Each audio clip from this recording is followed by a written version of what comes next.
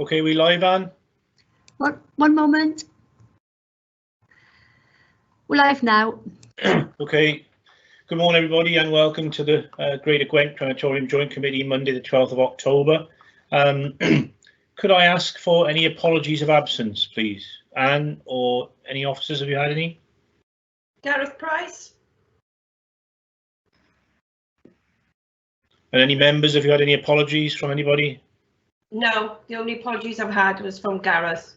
Okay, thank you. And can I also mention Councillor Simmons? Of course. Yeah, I was going to do that under the new chair bit and bring it in that, Anne, so I'll do it then as well. Okay, item 2, declarations of interest.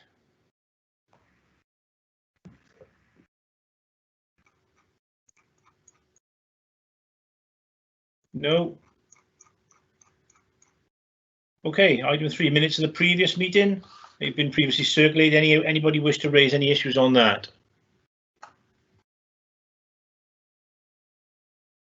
And are you happy that they're a true copy? Yep. Okay. Item 4 then is appointment of a new chair of the Joint Committee. This year it falls to John Taylor of Caerphilly. Both John and Julian are having connection problems this morning, so John is happy to take the chair, but I will remain in the chair for this meeting only as we're having some connection problems. So are we all happy that John Taylor take the chair for the year 21 to 22? Yep. Okay. So in John's absence then, I will carry on. I think we've got from the agenda items 5 and 6, I believe that we want to put 6 first. John, is that right? Yes, please. Okay, then we move to item 6 and please, amended final accounts. Joanne, thank you. Yeah. Do I need to do anything? Can everyone hear me? Yes. Yeah, great. Okay, so the committee is required to approve the annual return prior to external audit completing their audit. I just want to explain what happens in this process. So if there are no amendments to the return, no further action is required by the committee. If however, there are any amendments to the return, external audit will then present a report to committee requesting the amendment to the return. We will require reapproval, so therefore another formal meeting and a signature by the chair of the committee. So for this meeting then, we want to formally approve the draft accounts position. We're asking members to approve the remaining 20% distribution to constituent authorities, and we need electronic signatures from both the chair of the committee and head of finance for the return. So just a bit of background then, the draft accounts report was sent out to members electronically on the 15th of June, so you have already seen this report. So this included the draft accounts approval and also the 20% distribution. So this was approved by the chair of committee at that time electronically, and therefore we've then made the subsequent distribution to the constituent authorities. So this meeting is formally required by external audit just to make a formal approval of the accounts and that position. So we're formally approving the draft accounts position. We're formally approving the 20% distribution, and we're trying to obtain the electronic signatures for this meeting. So the things to note about the accounts then are that the reserves balance at the 31st of March was at £1,374,275, and that's what's been carried forward into the balances for this current financial year. So the only other thing to note about the accounts then is that this year we've adjusted our accounting practice to account for the income. So since we moved from income returns to the new income management system, the income we have reported each year has been March to February, as funeral directors were billed at the end of a month. Therefore, the March income was always in the April period. This change was deemed necessary due to the impact of COVID and the loss of cremations to private crematorium. So going forward, we will be reporting April to March income in the accounts. So those are the two things to note on the accounts. Has anybody got any questions with regarding the accounts? No. No. I don't see any raised hands. No. Okay. And if not, are we happy to approve the draft accounts as they are prior to external audit? Are we happy to approve the 20% distribution? And then I also need those electronic signatures if possible. Fine Okay. by me. Lovely. Thank you Fine. very much. So moving on to item 5, which is the budget monitoring report. So asking the committee to consider the budget monitoring position for 2021 to date. So we're just noting the current position for now. So the budget monitoring summary report is projecting income will be down by £148,000 for this financial year. This can be directly linked to the decrease in cremations, which in July and August alone of this year were 189 less than in the previous year. So this accounts for the approximate £148,000 income loss. Even with this loss of income, we are forecasting a £26,000 increase to balances, and that would be after the £950,000 budgeted distribution. However, if cremations continue to decrease at this rate, we will be reporting a deficit position. So at the next meeting, we'll be presenting the draft estimates report and obviously any fee increases that will be considered. So this will give the committee the opportunity to discuss options available going forward with regard to income and distributions. So the only other thing I wanted to note was the COVID related expenditure, which I've also included on that report, which was a total of £37,650, which we've reclaimed from the Welsh Government for COVID related expenditure. And then the items have been detailed on the report. So has anybody got any questions with regard to budget monitoring? No, not from me.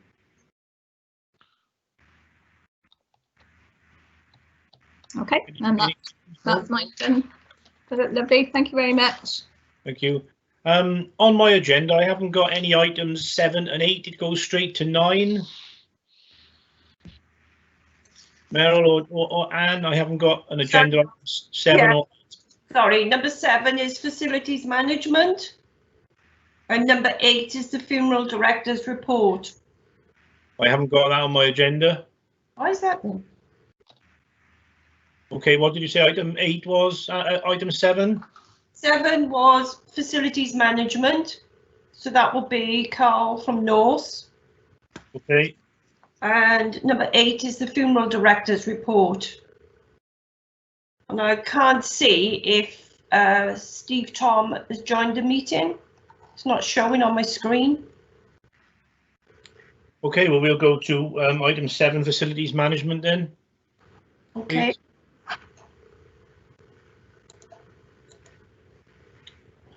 Saying Carl's joined the meeting, but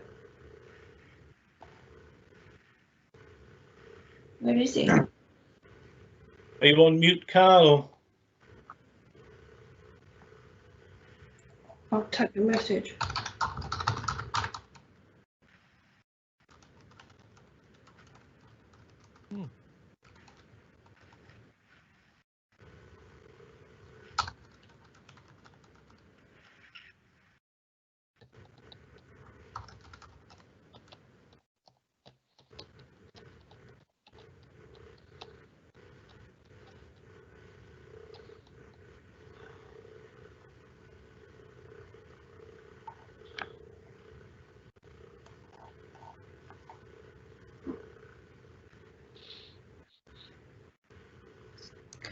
It doesn't seem it's there then. Can we move to the funeral director's report first and then try and get hold of Carl? Yeah, it's saying on the participants that he's joined the meeting, but I can't see him. Yeah, Chair, he's not on the list at the moment, so he must have come off the meeting, I guess. So I suppose crack on with other parts of the agenda, and we'll try and get hold of him.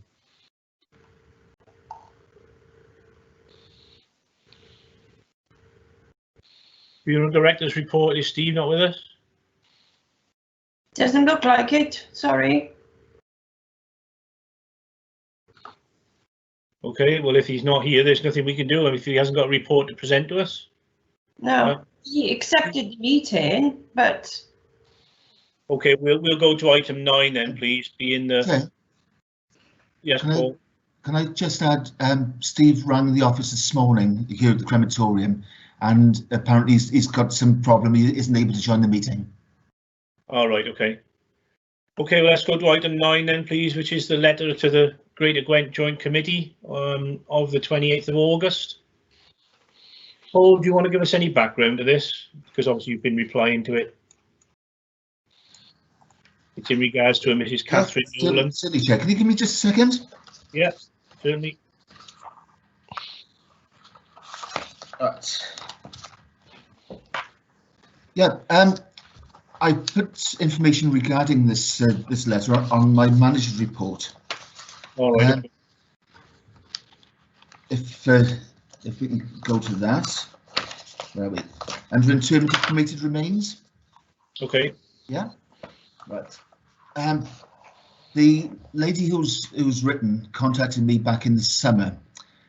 She had a relative's funeral which took place elsewhere, and wanted to have the remains interred within our Gardens of Remembrance. Okay. Initially, we told her that the plot that she wanted was full and couldn't be used. There was one pretty much adjacent to it that we offered to her, and I explained to her that would be available for at least the next 18 months, so that was available. When she spoke to me, she discovered then that we didn't do attended interments of cremated remains, and obviously, as you can guess from the letter that she sent, she was far from happy regarding this. I told her the background to it, which was that prior to 2001, we used to do attended cremated remains burials, but subsequent to that, following a report to committee then, we stopped doing them on the basis that it was using a tremendous amount of land that we didn't have, and it was taking a tremendous amount of staff time as well. The idea to stop having attended burials was supported unanimously at that time by the current committee. Subsequent to that, I became superintendent here in 2002, so about 6 months after that report was put through, and I can tell you that we've never had written correspondence regarding this matter ever since. So it's well publicised. It's on our website.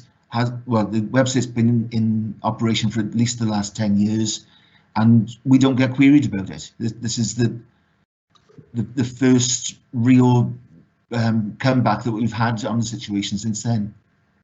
Okay. Members of the committee, any points you'd like to raise?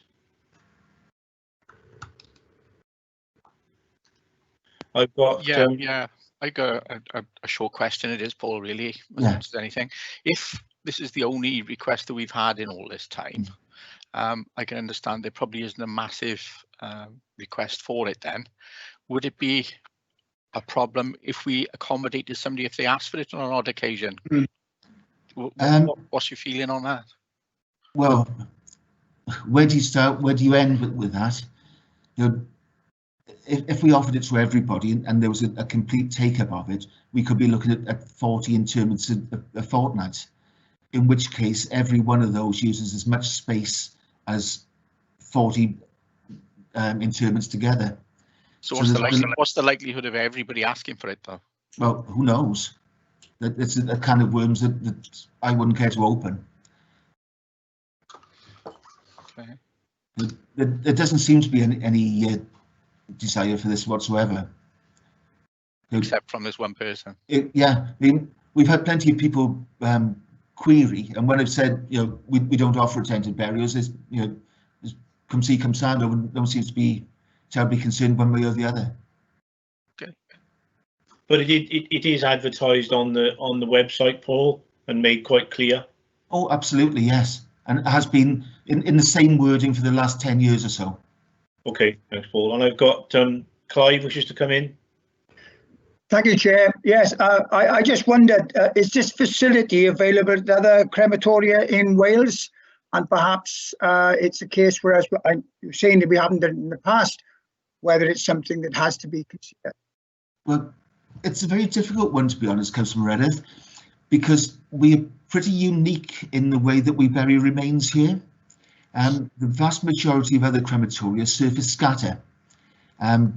So that's a different situation, because obviously you can continue to scatter in the same area pretty much ad infinitum.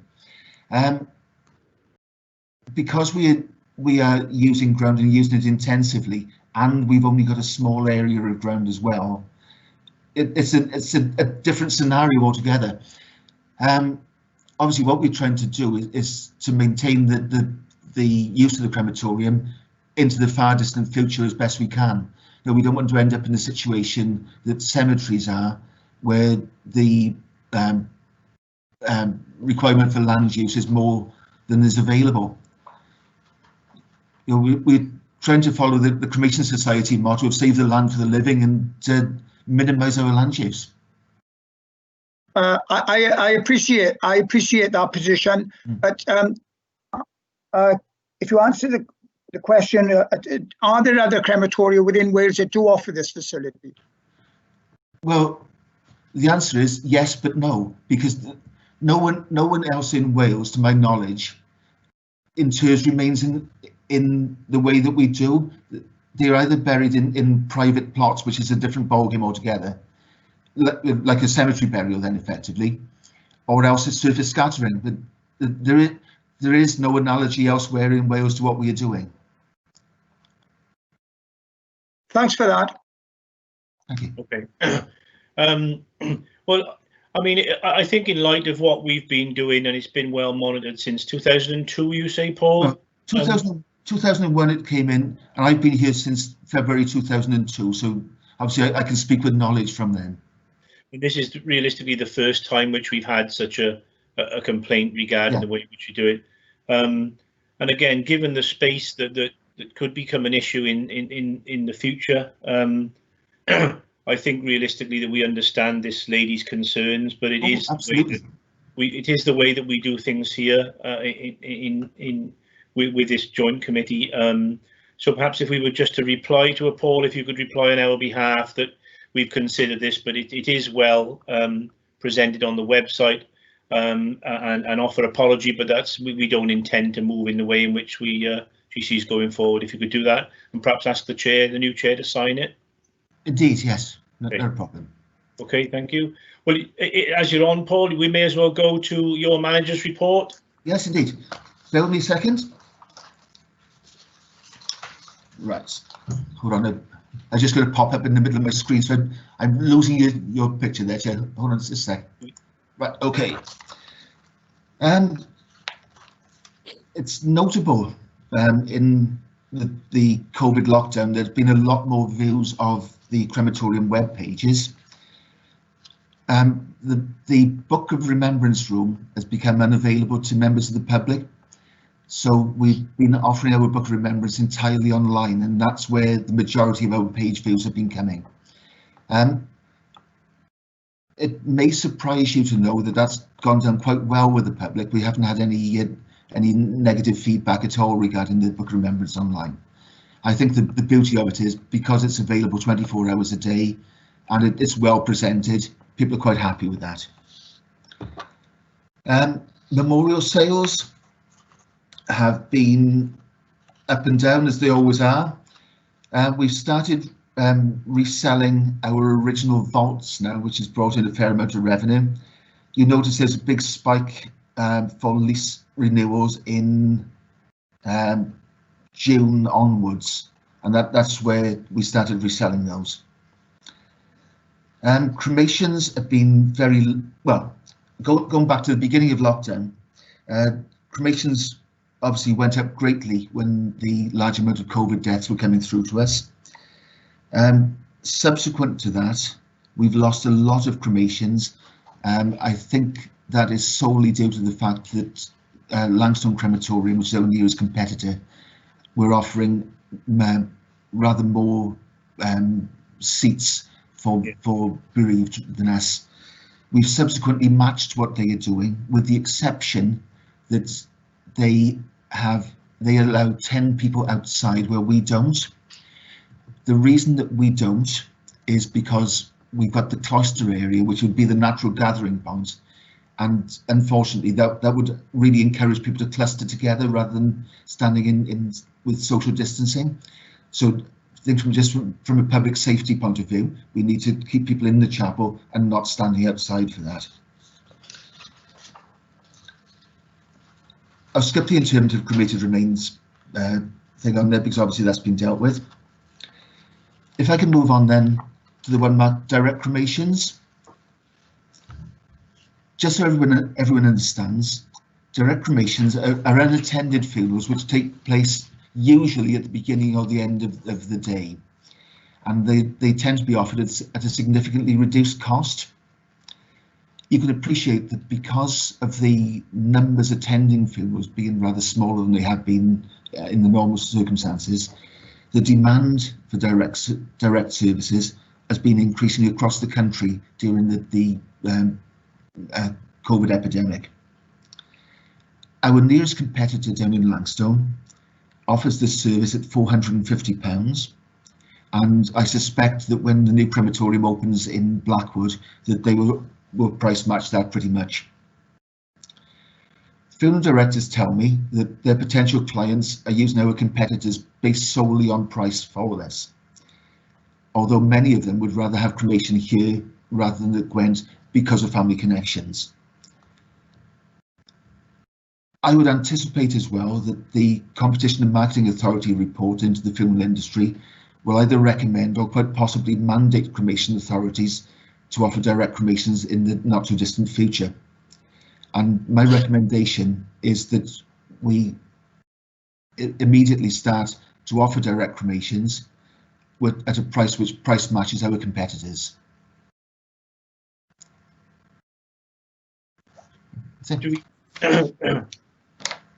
Direct cremations, do we do that now, Paul? Obviously you say at the beginning and the end of the day. We still do this, Right. but the numbers that we are doing are very, very small, where I'm told that it's a popular practice in Langstone. Okay. And what I'm trying to get is a small bite of the cherry as opposed to no bite of the cherry. no. And what do we make a charge, Paul, of this? We make our standard cremation fee charge at the moment because that's the only mechanism I've got. Okay, fine. Kevin, you've got your hand up. Yeah, thank you, Chair. On the direct cremations, Paul, fully agree with you. Can't see any issue in that at all. We should be offering them. We are offering them at a limited basis, and we must probably price match what people are having locally. As you say, some bite of the cherry is better than none. So fully support that. I'm really glad that you've been able to match the numbers at funerals with Langstone. I had representations from a couple of people, hence the letter or email that I wrote to you, you know, when it wasn't personal or anything like that, as you know.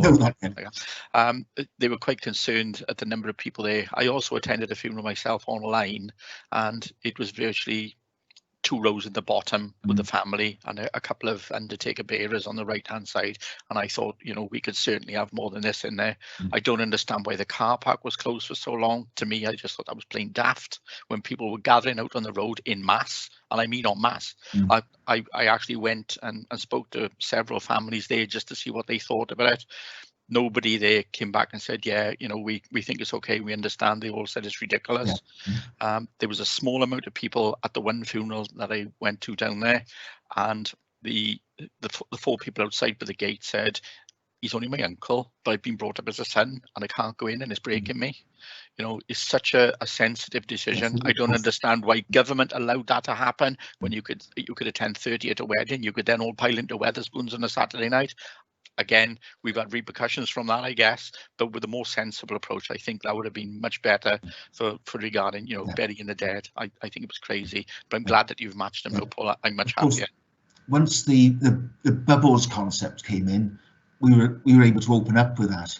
Mm. But prior to that, it was extremely difficult because obviously we needed to keep that separation for people. Yeah, Obviously, Yeah, the I car understand. park I is just think it's open now, so hideous. we're- yeah, good. Because you couldn't park anywhere near there. Okay, thanks, Kevin. I also agree with that direct cremations fee, Paul. So are we all in favour with that? With Paul? Are we okay? Yeah. Yeah, Yeah. fine by me. Okay, fine. Paul, have you got anything else? Not at the moment, thank you, Chair. No. Okay. Mel, I see you've just put something up there regarding Carl's report.